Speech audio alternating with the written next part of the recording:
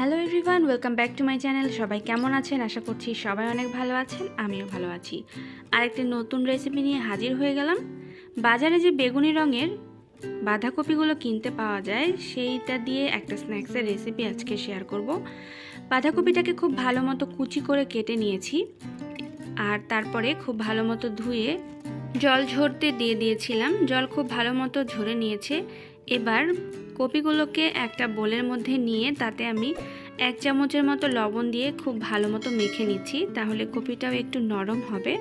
বেগুনি বাঁধাকপি দিয়ে যে প্যানকেক টাইপের স্ন্যাক্সটা তৈরি করব, সেটা রেডি করতেও সুবিধা হবে। তো এটাকে আমি 5 মিনিটের জন্য রেস্টে রেখে দেব। তারপরে দিয়ে দিচ্ছি 4টার মতো পেঁয়াজ কুচি করে নিয়েছি, আর কাঁচামরিচ। কাঁচামরিচটা আপনারা চাইলেও কম করে দিতে পারেন। তার সাথেই দিয়ে দিচ্ছি 2টা ডিম। এবার এই সবগুলো উপকরণ খুব ভালো করে একটা স্প্যাচুলা দিয়ে কিংবা হাতের সাহায্যেও কিন্তু আপনি মেখে নিতে পারেন। ভিউয়ার্স, আপনারা যারা একদম নতুন রয়েছেন আমাদের চ্যানেলের ভিডিও দেখছেন, যারা এখনও চ্যানেলটি সাবস্ক্রাইব করেনি, তারা অবশ্যই রেসিপি বাই সৃষ্টি ঝটপট সাবস্ক্রাইব করে ফেলুন। তো খুব ভালো করে আমি স্প্যাচুলা দিয়ে মেখে নিয়েছি।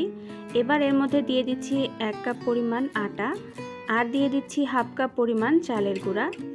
তারপরে দিয়ে দিচ্ছি 1 চামচের মতো বেকিং পাউডার, দিয়ে আবার খুব ভালো মতো মিশিয়ে নেব। উপকরণগুলো সবগুলো আমাদের বাসাতেই রয়েছে, তো আপনারা চাইলে যখন তখন এই মজাদার প্যানকেক রেসিপিটা তৈরি করে নিতে পারেন। বেশ কিছুক্ষণ নাড়াচাড়া করে খুব ভালো মতো মিশিয়ে নিয়েছি। এবার এগুলোকে ফ্রাই করার পালা। আজকের রেসিপিটা আমি সর্ষের তেল দিয়েই রেডি করব। তো আমি এখানে 2 চামচের মতো তেল নিয়ে নিয়েছি।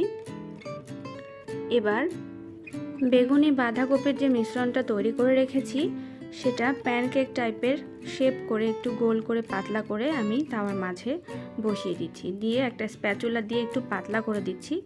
এতে করে উপর নিচ এবং ভেতরটাও কিন্তু খুব ভালো মতো ফ্রাই করা যাবে।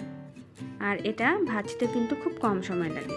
এটা ভাজতে খুবই অল্প তেলেই হয়ে যায়। আপনারা চাইলে ঢাকনা দিয়ে একটু ঢেকে ভেজে নিতে পারেন। তো এইভাবে কিছুক্ষণ একটা পাশ খুব ভালো মতো ফ্রাই করা হয়ে গেলে তারপর এটাকে উল্টে ভেজে নিতে হবে। প্যানকেকের একটা পিঠ খুব ভালো মতো ভেজে নিয়েছি, এটাকে উল্টে দিয়েছি। তো ঠিক এভাবেই উল্টে পাল্টে অল্প আঁচে স্ন্যাক্সগুলো ভেজে নিতে হবে। তো আপনারা কিন্তু অবশ্যই বাসায় এটাকে ট্রাই করবেন, আর ট্রাই করে দেখবেন। আমি আশা করব আপনাদের অনেক ভালো লাগবে। 2 পিঠ একটু লালচে করে ভেজে নিলে এটা কিন্তু খেতে অনেক ভালো লাগে। আর যেহেতু আমি চালের গুঁড়া ব্যবহার করেছি, তাই একটু ক্রিস্পিও হবে। তো ঠিক এইভাবেই সবগুলো প্যানকেক কিন্তু ভেজে নিতে হবে।